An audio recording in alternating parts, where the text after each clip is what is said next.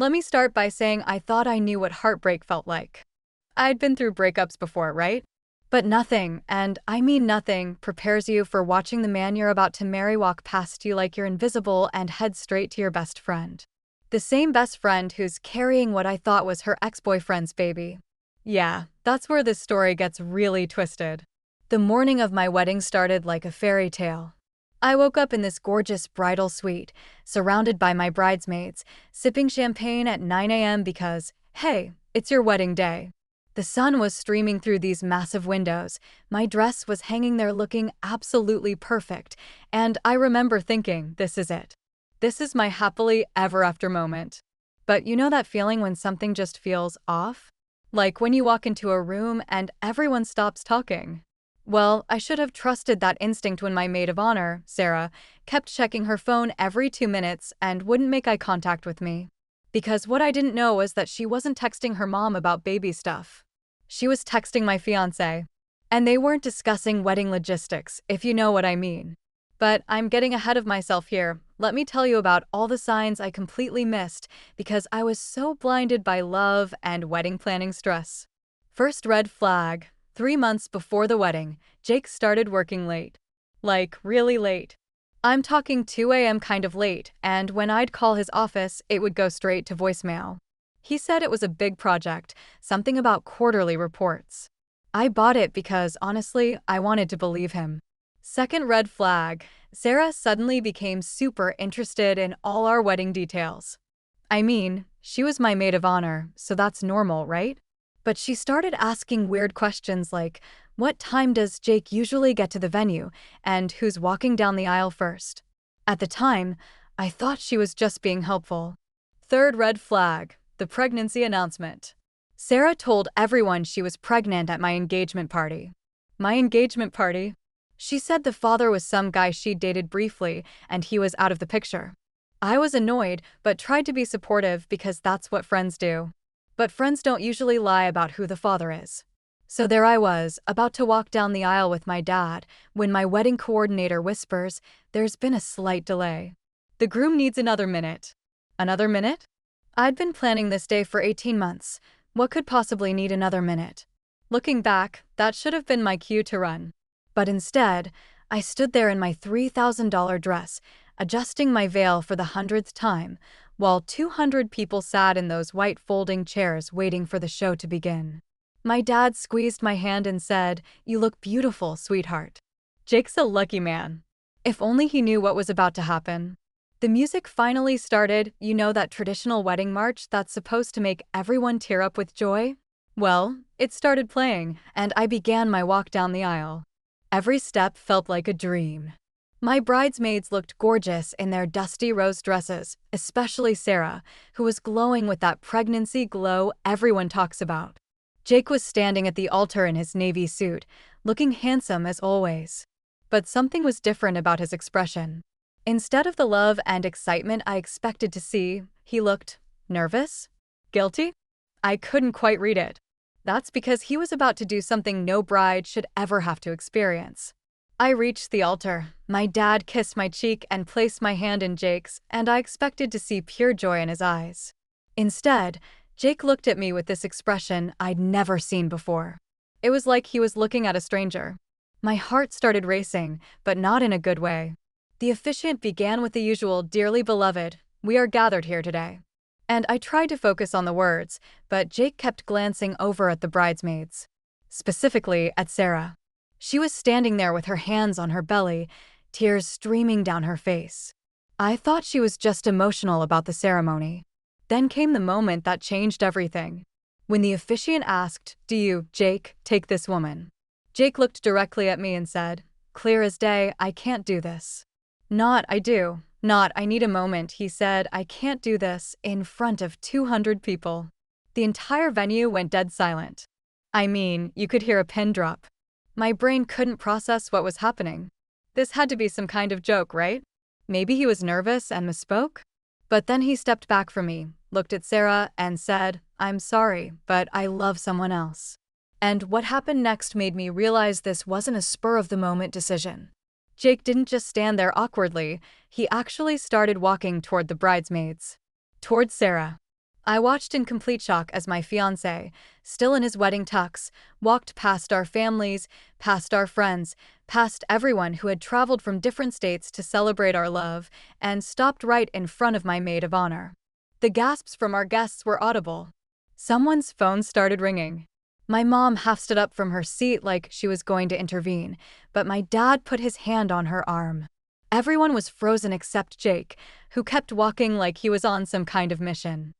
When he reached Sarah, she looked up at him with this expression that I now realize wasn't surprise, it was relief. He took her hands, right there in front of everyone, and said loud enough for the first few rows to hear, "It's time to tell the truth." That's when Sarah placed his hand on her belly and said, "I'm sorry, everyone. The baby is Jake's." The venue erupted. People started talking all at once, chairs scraped against the ground as people stood up, and someone, I think it was my aunt, actually screamed. But the real shocker was still coming, because what Sarah said next revealed just how long this had been going on. Still standing at the altar in my wedding dress, feeling like I was in some kind of nightmare, I heard Sarah continue her confession.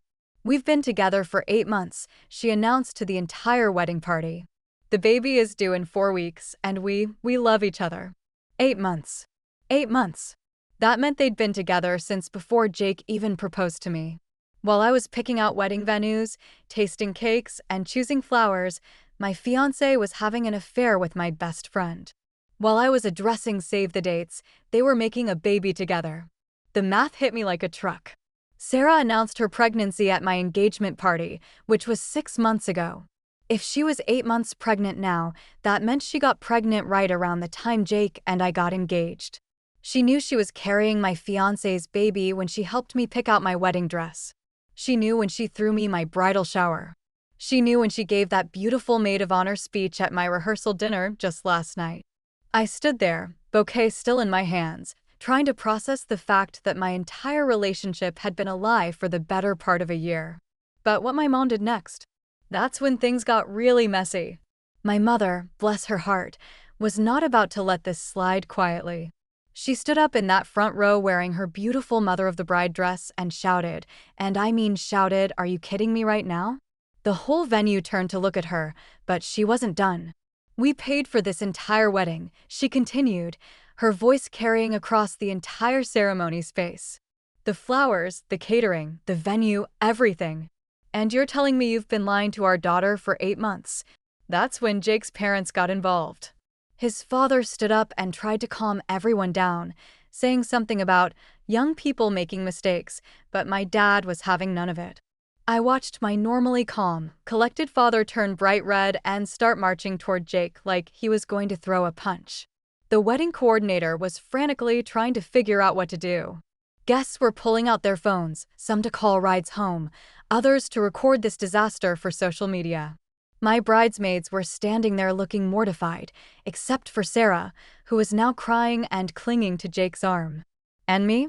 I was still standing at that altar like a statue, holding my bouquet, trying to figure out how my fairy tale had turned into a Jerry Springer episode. But the real drama was just getting started, because someone had to break the news about the money. Here's something nobody tells you about weddings: when everything falls apart, someone still has to pay for it. And in our case, that someone was my family. My parents had spent their savings on this wedding. We're talking about a $40,000 celebration that was supposed to be the happiest day of my life. The venue coordinator approached my parents while chaos was still unfolding and basically said, "So, about the payment." The catering was done, the flowers were arranged, the band was set up, and the photographer was already capturing this disaster for posterity. None of that was refundable. But here's the kicker: Jake's family had promised to pay for the honeymoon and the bar service. Guess what happened to that contribution when their son decided to blow up the wedding? If you guessed, they suddenly couldn't be reached, you'd be absolutely right. My mom started crying, not just because her daughter had been publicly humiliated, but because they'd just lost their retirement fund on a wedding that never happened. My dad was furious, not just at Jake, but at the whole situation. Meanwhile, Jake and Sarah were whispering to each other like they were making escape plans. And that's exactly what they were doing, because what happened next proved this whole thing was premeditated. While my family was dealing with a financial nightmare and our guests were awkwardly figuring out what to do next, I noticed Jake and Sarah heading toward the venue's side exit. They weren't just leaving, they had luggage with them. Luggage. At my wedding venue. It turns out they had packed bags and left them in Jake's car, planning their getaway while I was getting my hair and makeup done that morning. They had booked a flight to Hawaii, the same destination Jake and I were supposed to go for our honeymoon, for that very evening. They had planned this entire betrayal down to the last detail. While I was stressing about seating arrangements and making sure my dress fit perfectly, they were booking flights and packing for a romantic getaway funded by my family's savings. The worst part? Sarah's suitcase had a little yellow baby outfit hanging out of it. She had packed baby clothes for a honeymoon trip with my ex-fiancé. They weren't just running away together, they were ready to play house with their unborn child while I dealt with the aftermath of their deception. As they walked toward that exit, Jake turned back once and looked at me. For a split second, I thought maybe he was going to apologize, maybe explain, maybe show some remorse for what he'd done. Instead, he did something that made me realize I had never really known him at all.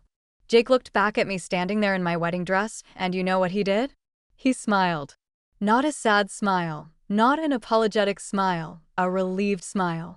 Like he was finally free. Then he took Sarah's hand, placed it on her belly, and they walked out of my wedding venue together. That smile haunted me for months. It wasn't the smile of someone who had made a difficult choice or felt guilty about hurting people. It was the smile of someone who had gotten exactly what he wanted. He had his pregnant girlfriend, his freedom from our relationship, and a free Hawaiian vacation, all while leaving me to clean up the mess. The photographer, bless his heart, asked if he should keep taking pictures. I looked around at 200 confused guests, my crying mother, my furious father, and my remaining bridesmaids who looked like they wanted to disappear into the ground. Sure, I said, document this disaster. Someone should have proof of what just happened. My maid of honor, my former best friend, had just walked out with my fiancé and their secret baby, leaving me at the altar in front of everyone I cared about. The man I thought I was going to spend my life with had just chosen someone else in the most public, humiliating way possible. But what our guests did next restored a little bit of my faith in humanity. After Jake and Sarah made their dramatic exit, something beautiful happened. Instead of awkwardly leaving or pretending nothing had occurred, our wedding guests rallied around me and my family. My college roommate, Maria, was the first to approach. She walked right up to the altar, took off her heels, and said, "Screw those two. This party is about to become the best, dodged-a-bullet celebration ever." My grandmother, who's usually very proper and quiet, surprised everyone by standing up and declaring, "Good riddance." I never liked that boy anyway. Too smooth, if you ask me. She'd been holding that opinion back for 3 years, apparently. The wedding coordinator, who had dealt with plenty of wedding disasters, made an announcement. "Ladies and gentlemen, the ceremony portion of today's event has concluded. However, the reception will continue as planned. Consider this a celebration of new beginnings." I could have kissed her for that.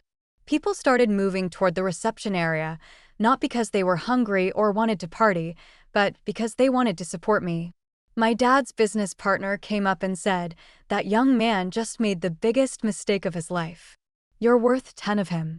My mom's book club showed up in full force, ready to talk trash about Jake and feed me cake. But the real surprise came when someone unexpected stepped up to save the day. My cousin Danny, who I hadn't seen in 2 years and who everyone in the family considers the wild one, suddenly became my knight in shining armor. He grabbed the microphone from the band and made an announcement that still gives me chills. "Hey everyone, I know this isn't how we planned to spend today, but my cousin just found out she's better off without a lying cheater and a fake friend. Instead of a wedding reception, we're throwing the best freedom party this venue has ever seen." The crowd actually cheered. Danny continued, "The food is paid for, the bar is open, the band is here, and we've got the most beautiful, strongest woman I know who just saved herself from a lifetime of being married to an idiot. Let's celebrate that." He started the music, not wedding songs, but upbeat classics that got people moving. My teenage niece ran up to me and said, "Aunt Jenny, can we turn this into a dance party?" This dress is too pretty to waste on crying. Out of the mouths of babes, right? Within an hour, what should have been my wedding reception had transformed into the most genuine, fun celebration I'd ever attended. People were dancing, laughing, and taking turns giving me pep talks about how much better off I was. But the real healing didn't start until I made one crucial decision. Standing there in my $3,000 wedding dress, watching everyone try to turn my disaster into a celebration, I realized I had a choice to make. I could spend the rest of the day feeling sorry for myself, or I could reclaim some power in this situation. I asked my bridesmaid Lisa to help me out of the formal wedding dress and into the shorter reception dress I'd bought for later in the evening. As we headed to the bridal suite to change, she said something that stuck with me. You know what? That dress was meant for a woman who was about to marry someone who loved her completely. That wasn't your story today, so you don't need that dress anymore. When I came back out in the shorter, more comfortable dress, the whole mood shifted. I felt like myself again instead of playing a role in someone else's fantasy. The heavy, formal gown had felt like a costume for a play I didn't want to be in anymore. My dad came over and asked me to dance to what would have been our father-daughter dance song. Sweetie, he said as we swayed to the music, I would rather dance with my strong, single daughter than watch her marry someone who doesn't deserve her. That's when I started to realize that maybe this disaster was actually a gift. As the evening went on and the shock started to wear off, people began sharing stories that opened my eyes to things I'd been blind to. My neighbor mentioned that she'd seen Jake's car at Sarah's apartment building multiple times over the past few months. My coworker admitted she'd thought it was strange when Jake asked her not to mention running into him at a baby store 6 weeks ago. Even more telling, my future sister-in-law, Jake's own brother's wife, pulled me aside and said, I'm so sorry I didn't say anything earlier, but Jake asked our family to keep quiet about some things. We thought you knew about Sarah's situation. This situation. They all knew Sarah was pregnant with Jake's baby, and they thought I knew too. Jake had been telling people we were all in some kind of modern arrangement where I was okay with him having a baby with my best friend. The level of deception was mind-blowing. My college friend Tom, who's a lawyer, pointed out something crucial. Jenny, if he could lie to you about something this big for 8 months, what else was he lying about? You dodged a bullet the size of a cannonball. As I looked around at all these people who genuinely cared about me, I realized something important. These were my real relationships, honest, supportive, and authentic. But the biggest revelation was still coming, and it involved money. The next morning, while dealing with the emotional hangover of the previous day's events, I discovered something that made Jake's betrayal even worse. Remember how my parents had paid for the wedding up front? Well, it turns out Jake had been skimming money from our joint savings account for months to fund his secret life with Sarah. We had a joint account where we were both saving for our future together, house down payment, honeymoon, all that couple stuff. I hadn't been monitoring it closely because I trusted him completely. Big mistake. When I checked the balance that Sunday morning, I found out he'd been making regular withdrawals for the past 6 months. $500 here for car repairs that never happened. $800 there for work expenses that were actually dinners with Sarah. $1,200 for guys' weekend that was actually a romantic getaway with his pregnant mistress. He had stolen from our future to fund his affair. The bank statements told the whole story of their relationship. Every date, every gift, every hotel room, all paid for with money I thought we were saving for our life together. He hadn't just broken my heart, he'd literally stolen my financial contribution to their love story. My dad, who used to like Jake, was now ready to press charges. That's not just adultery, he said, that's theft. But when I tried to get my money back, I discovered Jake had been even more calculating than I thought. When my family's lawyer reviewed the joint account situation, we discovered that technically, Jake hadn't done anything illegal. Since both our names were on the account, he had legal access to the money, even if he used it for purposes we hadn't agreed on. The law doesn't care about moral violations, apparently. But here's where it gets interesting and infuriating. Jake had been smart about his deception. 3 weeks before our wedding, he had quietly removed his name from all our shared financial obligations while keeping access to our shared savings. The apartment lease? Just my name. The car payment for the SUV we bought together? Just my name. The wedding venue contract? My parents' names. He had systematically extracted himself from any financial responsibility while maintaining access to our joint funds. It was like he'd been planning his exit strategy for months, making sure he could leave with minimal financial consequences while sticking me and my family with all the bills. The lawyer explained that I could sue him in civil court for the money he'd taken, but it would cost more in legal fees than I'd likely recover. Jake knew exactly how much he could steal without making it worth pursuing legally. That's when I realized this wasn't just a betrayal, it was a carefully orchestrated con game. Over the next few weeks, as the dust settled and I started putting pieces together, the full scope of Jake's deception became clear. This wasn't a case of him falling in love with someone else and making a difficult choice. This was a calculated plan to extract himself from our relationship while minimizing his losses. Sarah wasn't just his affair partner, she was his exit strategy.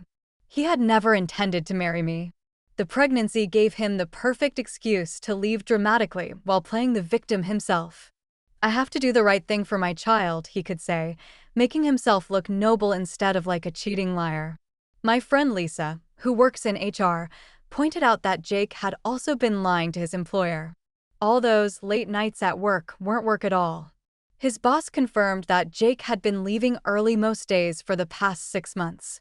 He'd been using work as his alibi while conducting his entire secret relationship on company time. Even the timing of the wedding revelation was strategic. By waiting until the ceremony to reveal the truth, he ensured that all the financial damage was already done. The vendors were paid, the venue was booked, and the honeymoon was purchased. He got to play the dramatic hero while leaving me and my family to absorb all the costs. But Jake's master plan had one flaw he didn't account for. Remember how I mentioned that people were recording Jake and Sarah's dramatic exit on their phones? Well, in today's world, a wedding scandal like that doesn't stay private for long. By Sunday evening, someone had posted a video of the entire ceremony disaster on social media, and it was spreading like wildfire. The video showed everything: Jake's "I can't do this" moment, his walk to Sarah, her pregnancy announcement, and their coordinated exit with pre-packed luggage. The internet had a field day with it. Comments were pouring in, calling Jake every name in the book and praising me for handling the situation with grace. But here's the beautiful part: the video also showed our guests rallying around me, my cousin Danny's incredible speech, and the transformation of my wedding disaster into a celebration of freedom. People were sharing it with captions like, "This is how you handle betrayal with class," and "Plot twist, she won." The story got picked up by local news stations and even some national media outlets. Suddenly, I was getting interview requests and supportive messages from women all over the country who had been through similar betrayals. Instead of being the victim of a humiliating scandal, I was becoming a symbol of strength and resilience. But the real vindication came when Jake and Sarah's perfect new life started falling apart. While I was dealing with the aftermath and starting to rebuild my life, Jake and Sarah were living it up in Hawaii on what should have been my honeymoon. At least, that's what their social media posts suggested for the first few days. Romantic beach photos, sunset dinners, the whole Instagram perfect couple thing. But social media lies, and their perfect paradise was about to crumble. A friend who followed Sarah's Instagram started noticing that her posts became less frequent and more strained-looking. Instead of happy couple photos, there were solo shots of Sarah looking tired and stressed. It turns out that being 8 months pregnant in Hawaii while dealing with the stress of their dramatic life change wasn't as romantic as they'd imagined. Sarah started having complications and needed medical care, but they were thousands of miles from her doctor and had no health insurance coverage for emergency care in Hawaii. Jake, who had seemed so confident and in control during his wedding betrayal performance, was apparently panicking about the medical bills and the reality of becoming a father. The man who had walked away from our wedding like he was conquering the world was now dealing with the consequences of his choices. And those consequences were about to get much more expensive than he'd planned. Sarah ended up in a Hawaiian hospital with pregnancy complications, racking up massive medical bills that their insurance wouldn't cover since they were out of state. The romantic honeymoon that was supposed to launch their new life together turned into a medical nightmare that cost them thousands of dollars. But it gets better or worse, depending on your perspective. Jake had quit his job the day before our wedding, thinking he was going to start fresh somewhere new with Sarah. Turns out, quitting your job right before becoming a father and taking on massive medical debt isn't the smartest financial move. They had to cut their Hawaii trip short and fly back home so Sarah could deliver the baby under her regular insurance.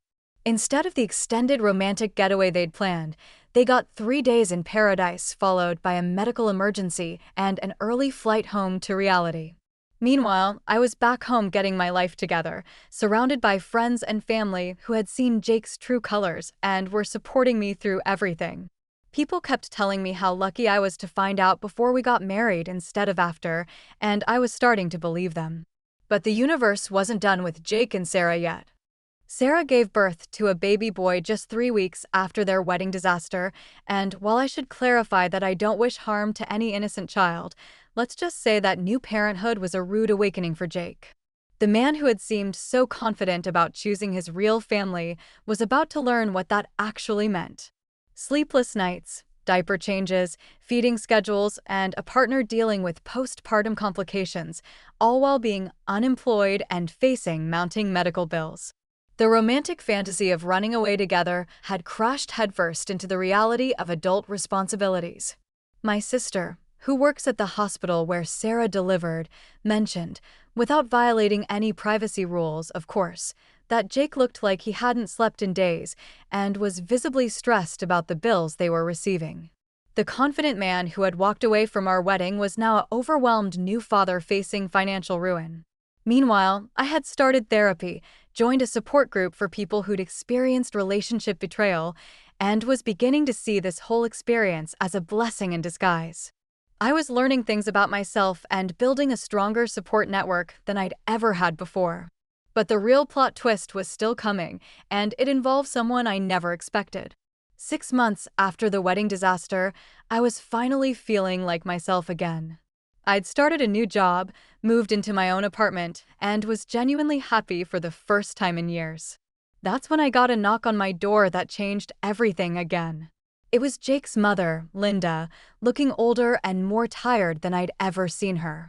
She asked if we could talk, and despite everything that had happened, I invited her in for coffee.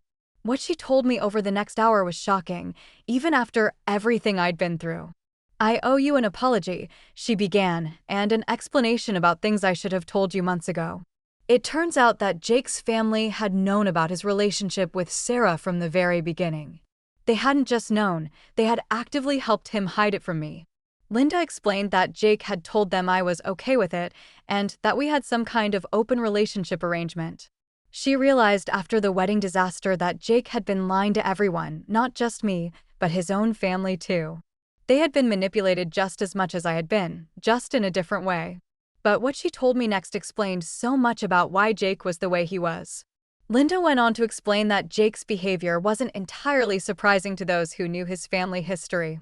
His father had left Linda for another woman when Jake was 16, abandoning his family for what he claimed was true love. The pattern of deception, betrayal, and dramatic exits was something Jake had learned from watching his dad. "I thought he was different," Linda said through tears. "I thought he had learned from his father's mistakes. But instead, he learned his father's playbook." The apple hadn't fallen far from the tree, and I had unknowingly signed up to repeat a generational pattern of betrayal. She also revealed that Jake's dad had promised to help with wedding expenses as a way of assuaging his guilt about the past, but when Jake decided to blow up our wedding, his father conveniently disappeared from financial responsibility, just like he'd done with his own family years earlier. Linda had brought me something, a cashier's check for $15,000. "It's not enough to cover everything your family lost," she said, "but it's everything I can afford. I can't undo what my son did, but I can try to make some small part of it right." I was stunned. This woman, who had been betrayed by her husband and then deceived by her son, was taking responsibility for damage she hadn't caused. Her visit also revealed that Jake and Sarah's perfect new life was far from perfect. During our conversation, Linda shared some difficult truths about how Jake and Sarah were really doing. The social media posts showing a happy family were carefully curated lies. In reality, they were struggling financially, emotionally, and relationship-wise. Jake was working 2 part-time jobs to pay off their medical debt and had moved them into Sarah's parents' basement because they couldn't afford their own place. The man who had walked away from our wedding like he was upgrading his life was now living in a basement, changing diapers and working retail to pay bills. Sarah, dealing with postpartum depression and the reality of being with someone who had proven he could betray the people closest to him, was questioning her own choices. She had called Linda several times, crying and expressing doubts about whether Jake would stay loyal to her or eventually do to her what he'd done to me. "She's starting to realize," Linda said, "that if someone will cheat with you, they'll cheat on you. And Jake is already showing signs of restlessness. He's not built for the mundane reality of family life." The fairy tale they thought they were creating had turned into a cautionary tale about the consequences of building a relationship on lies and betrayal. But Linda wasn't just there to apologize, she had a warning for me. Linda looked me directly in the eyes and said something that sent chills down my spine. "Jenny, I need to warn you about something. Jake has been asking about you. A lot. He's been driving by your old apartment, asking mutual friends how you're doing, and I think he's having serious regrets about his choice." She explained that Jake was starting to romanticize our relationship now that he was dealing with the harsh realities of his new life. He was remembering the good times we'd had while conveniently forgetting why he'd left in the first place. Classic grass is greener syndrome, but with someone who had already proven he couldn't be trusted. "I'm worried he might try to contact you," Linda continued. "He's been saying things like, 'Jenny would never have made me feel trapped,' and 'Jenny understood me better.' He's rewriting history in his head, and I'm afraid he might try to come back into your life."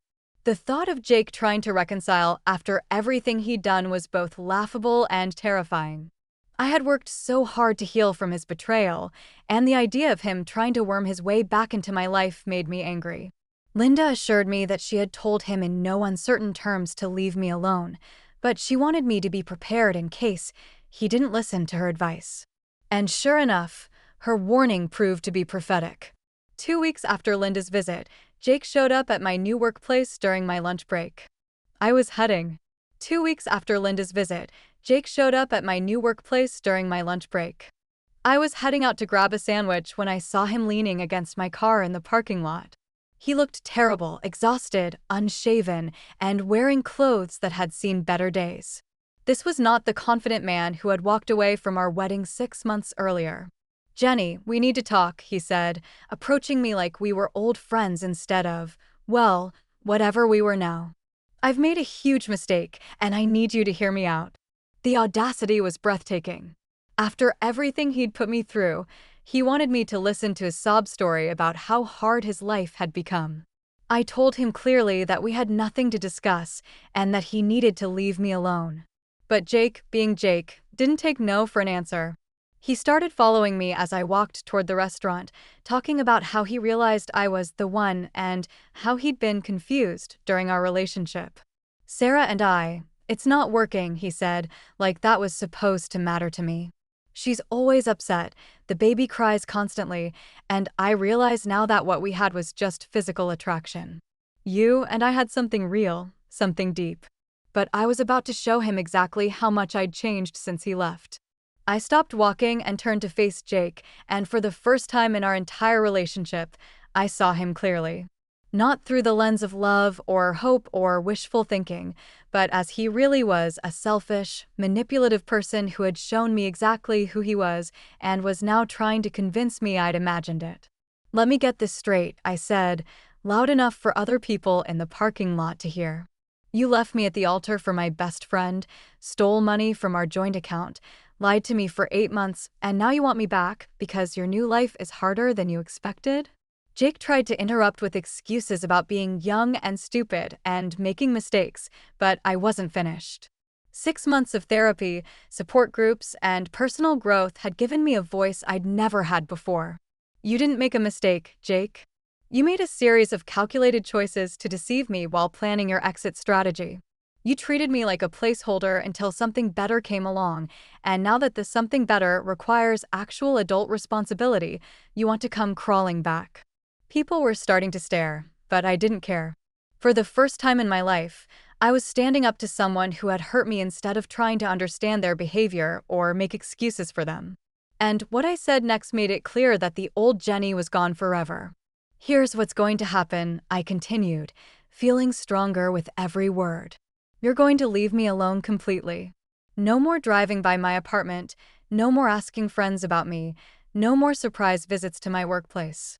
You made your choice when you walked away from our wedding, and now you get to live with the consequences." Jake tried the manipulation tactics that used to work on me, the wounded puppy dog eyes, the "but I love you" speech, the promises to change. But therapy had taught me to recognize these patterns, and they had zero effect on the new version of myself. "I'm not the same person you left at that altar," I told him. "That woman was naive enough to believe your lies and desperate enough to accept crumbs of affection. I'm not her anymore, and I would never, ever take back someone who treated me the way you did." I could see the moment he realized his charm offensive wasn't working. The confident expression he'd worn when he started this conversation was replaced by genuine shock. He had expected to find the same pushover he'd left behind, not this confident woman who was calling him out on his behavior. "You'll regret this," he said, showing his true colors again. "Sarah and I are happy, and you're going to end up alone." My response to that threat showed him just how wrong he was about everything. I smiled at Jake's pathetic attempt to hurt me and said, "You know what? I'd rather be alone for the rest of my life than spend one more day with someone who thinks love means lying, cheating, and betraying the people closest to you." Then I delivered the line that I'm still proud of 6 months later. "You did me the biggest favor of my life when you left me at that altar. You showed me exactly who you are before I legally bound myself to you. Thank you for being too selfish and cowardly to wait until after we were married to reveal your true character." Jake's face went through a range of emotions: shock, anger, and finally, defeat. He realized that his grand gesture of coming back for me had backfired spectacularly. Not only was I not interested, but I was actually grateful he had left. "And Jake," I added as he started to walk away, "the next time you feel like reaching out to me, remember this conversation. Remember that I chose myself over someone who never chose me. And maybe work on becoming the kind of person who deserves a good woman instead of trying to win back the one you threw away." He left without another word, and I went inside to have lunch with a huge smile on my face. I had faced my demon and won. But the real victory was still to come. After Jake's failed reconciliation attempt, something shifted inside me. I realized I wasn't just surviving his betrayal, I was thriving because of it. The life I was building for myself was better than anything I'd had with him, and I finally understood what people meant when they said everything happens for a reason. I started dating again, but with completely different standards. No more making excuses for red flags, no more settling for less than I deserved, and definitely no more believing words over actions. The old Jenny would have fallen for smooth talkers and grand romantic gestures. The new Jenny was interested in consistency, honesty, and genuine character.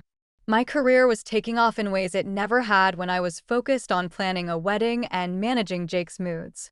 I got promoted at work, started taking evening classes for professional development, and even began mentoring other women who had been through similar experiences.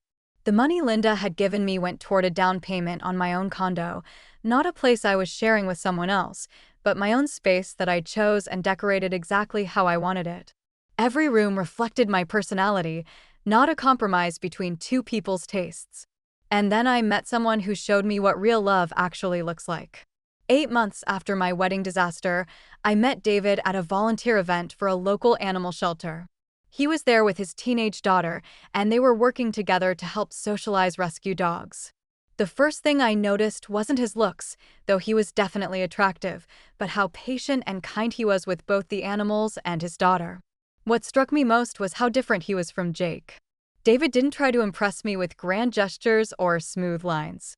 Instead, he showed genuine interest in getting to know me as a person. Our first conversation was about the dogs we were helping, but it naturally evolved into talking about our values, our experiences, and what mattered to us in life. When I eventually told him about my wedding disaster, after we'd been dating for a few months, his response was perfect. "I'm sorry that happened to you, but I'm grateful he showed you who he really was before you married him." You deserve so much better than someone who would treat you that way. David had been divorced for 3 years and had learned his own lessons about relationships. He understood the importance of honesty, communication, and building trust slowly over time. He didn't rush our relationship or try to sweep me off my feet. He just consistently showed up as a decent human being. But the real test came when Jake tried to interfere with my new happiness. Just when my life with David was getting serious, Jake made one last desperate attempt to disrupt my happiness. He somehow got David's phone number and called him directly, claiming that I was still in love with him and just using David to make him jealous. David, being the mature adult that Jake never was, didn't engage in drama or confrontation. Instead, he told Jake that if he had concerns about my feelings, he should address them with me directly, then hung up. When David told me about the call, his exact words were, "I trust you completely, and I'm not going to let your ex's insecurities affect our relationship." That response told me everything I needed to know about the difference between David and Jake. Jake had always been possessive and jealous, even when we were together. David was secure enough in himself and our relationship to handle Jake's manipulation attempt with grace and maturity. I called Jake and told him that if he ever contacted David again, I would file harassment charges. "You had your chance to be in my life," I said, "and you chose someone else. Now live with that choice and leave me alone to be happy." That was the last time I ever heard from Jake, and, honestly, I felt sorry for him. He was so focused on what he'd lost that he couldn't appreciate what he had. Meanwhile, Sarah was discovering the truth about the man she'd chosen. Through mutual friends, I heard that Sarah was having her own awakening about Jake's character. The pregnancy and new baby had been stressful enough, but dealing with Jake's wandering eye and constant dissatisfaction was taking its toll on her mental health. Apparently, Jake had been flirting with women at his retail job and had been caught texting with an ex-girlfriend from college. Sarah found the messages and realized that Jake was already shopping around for his next upgrade, just like he'd done with me. The woman who had helped destroy my relationship was now experiencing firsthand what it felt like to be with someone who was incapable of genuine commitment. Sarah had thought she was special, that Jake had left me for true love. Instead, she was learning that Jake left relationships when they required work and commitment. My friend Maria, who ran into Sarah at the grocery store, said she looked exhausted and defeated. When Sarah asked about me, Maria told her I was doing great and was in a happy, healthy relationship. Sarah's response was telling. I should have known better than to trust someone who would cheat on his fiancé. The irony was almost too perfect. The woman who had participated in deceiving me was now the victim of Jake's inability to be faithful. But the biggest revelation was yet to come. Here's the plot twist that nobody saw coming, not even me. A year after my wedding disaster, I got a call from Sarah that changed everything I thought I knew about the situation. She was crying so hard I could barely understand her, but eventually, she managed to tell me something that blew my mind. The baby wasn't Jake's. Sarah had gotten a paternity test done because she was trying to get child support from Jake, who had been avoiding his financial responsibilities. The test revealed that Jake was not the biological father of the child he had claimed at our wedding altar. I was so scared when I found out I was pregnant, Sarah sobbed over the phone. The timing was all wrong, and I wasn't sure who the father was. When Jake seemed excited about the possibility, I convinced myself it had to be his baby because I wanted it to be true. So let me get this straight. Jake had blown up our wedding, stolen money from our joint account, humiliated me in front of 200 people, and destroyed multiple relationships for a baby that wasn't even his. The dramatic declaration of love and family responsibility that had seemed so noble was based on a complete lie. And Jake's reaction to this news was exactly what you'd expect from someone like him.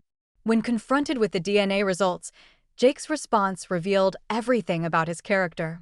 Instead of being devastated about losing the child he'd claimed to love so much that he left his fiancée, Jake was relieved. Relieved. The man who had walked away from our wedding claiming he had to do right by his child was happy to discover he had no parental responsibilities. According to Sarah, Jake's exact words were, "Well, that explains why I never felt connected to the kid." Not sadness about losing a relationship with the baby he'd helped raise for a year, Not concern for Sarah's situation, just relief that he was off the hook financially and emotionally. Jake immediately moved out of Sarah's parents' basement and disappeared from their lives completely. No goodbye to the baby he'd claimed was his son, no support for Sarah during this devastating revelation, no taking responsibility for the chaos he'd caused. He just vanished like he had never been part of their lives at all. Sarah was left alone with a baby, massive debt, and the realization that she had destroyed her friendship with me and blown up my wedding for a man who abandoned her the moment things got complicated. The true love Jake had claimed to feel for her evaporated the instant he discovered he wasn't legally obligated to stay. But Sarah's call wasn't just about telling me the truth. Through her tears, Sarah tried to apologize for her role in destroying my wedding and our friendship. "I know sorry isn't enough," she said, "but I need you to know that I regret everything. I was selfish and stupid, and I let Jake convince me that what we were doing was okay because you supposedly didn't really love him anyway." She explained that Jake had told her I was only marrying him for financial security and that our relationship was more like a business arrangement than true love. He had painted me as someone who was settling for him while he was miserable in our relationship. Of course, none of that was true, but it was the story he told to justify their affair. "I should have talked to you directly," Sarah continued. "I should have asked you about your relationship instead of believing what Jake told me. I was so caught up in the excitement of the secret romance that I didn't think about how much I was hurting you." Sarah also revealed that the dramatic wedding revelation had been Jake's idea. He had convinced her that publicly claiming the baby would be more honest than quietly breaking up with me beforehand. He had orchestrated the entire humiliating scene because he thought it made him look like a noble man choosing responsibility over convenience. But I had something to say that surprised both of us. After listening to Sarah's tearful confession, I found myself saying something I never expected. "Sarah, I forgive you." Not because what she did was okay, but because holding on to anger was hurting me more than it was hurting her. "I'm not saying this to make you feel better," I continued, "but I need you to understand something. Jake didn't just manipulate me, he manipulated you too. You made terrible choices, but you were also a victim of his lies and manipulation." I explained to Sarah that my therapist had helped me understand that Jake was a master manipulator who told everyone exactly what they needed to hear to get what he wanted. He told me Sarah was just a friend going through a rough time. He told Sarah I didn't really love him. He told his family we had an open relationship. He told everyone different versions of the truth to serve his own purposes. "The difference between us," I said, "is that I was lucky enough to find out who he really was before I married him. You had to learn the hard way by having his child and watching him abandon you both when it became inconvenient." Sarah was quiet for a long time before saying, "You're a better person than I am. If someone had done to me what I did to you, I don't think I could forgive them." But forgiveness didn't mean I was ready to be friends again. I needed to be clear with Sarah about what my forgiveness meant and what it didn't mean. "I forgive you," I said, "but that doesn't mean we can go back to being friends. Too much has happened, and too much trust has been broken. I wish you well, and I hope you find happiness, but we can't have a relationship moving forward." Sarah understood and didn't try to push for more than I was willing to give. She thanked me for my forgiveness and promised she would leave me alone to live my life in peace. She also shared that she was in therapy to work through her own issues and to become a better person for her son's sake. "I want him to grow up knowing that his mother learned from her mistakes," she said. "I don't want him to think that lying and betraying people is acceptable behavior." The conversation ended with both of us acknowledging that Jake had damaged multiple lives with his selfishness and deception, but that we were both stronger for having survived it. Sarah was facing single motherhood with a clearer understanding of her own worth, and I was in the healthiest relationship of my life with someone who actually deserved my love. As we hung up, I felt a sense of closure I hadn't expected. The last piece of the puzzle had fallen into place. And that's when I realized how much my life had truly changed. Sitting in my own condo after that phone call with Sarah, I looked around at the life I had built for myself and felt genuinely grateful for everything that had happened. Yes, being left at the altar was humiliating and painful, but it had led me to become a stronger, more confident version of myself. David was in my kitchen making dinner, not because I couldn't cook for myself, but because he enjoyed taking care of me the same way I enjoyed taking care of him. We had built a relationship based on mutual respect, honest communication, and genuine partnership. There were no games, no manipulation, no wondering where I stood with him. My career was thriving in ways it never had when I was planning a wedding and managing Jake's constant drama. I had been promoted twice, was mentoring other women in my field, and was genuinely excited about my professional future. The energy I used to spend worrying about Jake's moods and trying to fix our relationship was now invested in building the life I actually wanted. My relationships with friends and family were stronger than ever. Going through the wedding disaster had shown me who my real supporters were, and those relationships had deepened through shared adversity. I had also made new friends through therapy, volunteer work, and professional development activities. But the best part was realizing what I had actually dodged. As I reflected on everything that had happened over the past year and a half, I realized that Jake leaving me at the altar was the best thing that ever happened to me. Not because it was easy or painless, but because it forced me to build a life based on my own strength rather than depending on someone else for my happiness. If Jake had gone through with the wedding, I would have spent years trying to fix a relationship with someone who was fundamentally incapable of honesty and commitment. I would have wasted my 20s and 30s with a man who saw me as temporary, all while missing out on the opportunity to find real love with someone like David. The humiliation I felt at the altar lasted a few months. The strength and self-knowledge I gained from surviving it will last a lifetime. I learned to trust my instincts, set boundaries, and never settle for less than I deserve. I discovered that I'm capable of rebuilding my entire life from scratch and coming out stronger on the other side. Most importantly, I learned the difference between settling for someone and choosing someone. Jake was someone I settled for because I thought I should be grateful for his attention. David is someone I choose every day because he adds genuine value to my life and treats me with the respect I deserve. So to anyone watching this who has been betrayed, humiliated, or left by someone they thought they could trust me when I say that sometimes the worst thing that happens to you is actually the universe clearing the path for something infinitely better. Your real life is waiting on the other side of that heartbreak. Sometimes what feels like the end of your story is actually just the end of the chapter you needed to close. The best revenge isn't getting back at someone who hurt you. It's building a life so good that you're grateful they're not in it. If you've made it this far, you know that being left at the altar isn't the end of your story. It's the beginning of your real life. My fiancé's wedding betrayal with my maid of honor felt like the ultimate heartbreak, but it became my greatest blessing. This dramatic wedding story taught me that sometimes the worst betrayal leads to the best outcome.